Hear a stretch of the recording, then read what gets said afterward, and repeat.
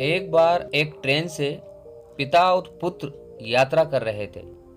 पुत्र की उम्र करीब 24 साल की थी। पुत्र ने खिड़की के पास बैठने की जिद की क्योंकि पिता खिड़की की सीट पर बैठे हुए थे। पिता ने खुशी खुशी खिड़की की सीट पुत्र को दे दी और खुद बगल में बैठ गए। ट्रेन में आसपास और भी यात्री बैठे थे।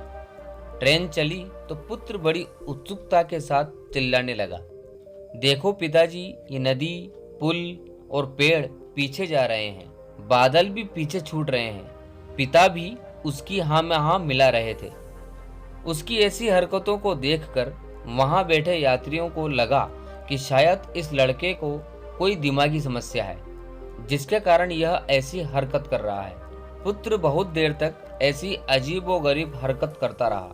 तभी पास बैठे एक यात्री ने पिता से पूछा कि आप अपने पुत्र को किसी अच्छे डॉक्टर को क्यों नहीं दिखाते, क्योंकि उसकी हरकत सामान्य नहीं है। हो सकता है कि कोई दिमागी बीमारी हो। उस यात्री की बात सुनकर पिता ने जवाब दिया, कहा, हम अभी डॉक्टर के पास से ही आ रहे हैं। पिता की बात सुनकर यात्री को आश्चर्य हुआ। पिता ने बताया कि मेरा पुत्र जन्म से ही अंधा था। कुछ दिन पहले ही इसको आंखों की रोशनी प्राप्त हुई है। इसे किसी दूसरे की आंखें लगाई गई और जीवन में पहली बार यह दुनिया को देख रहा है। यह इसलिए ऐसी हरकत कर रहा है क्योंकि ये सारी चीजें इसके लिए एकदम नई है, ठीक वैसे ही जैसे किसी छोटे बच्चे के लिए होती है। पिता की बात सुनकर आसपास बैठे लोगों को अपनी गलती का एहसास हुआ और उन्होंने पुत्र के पिता से माफी मांगी।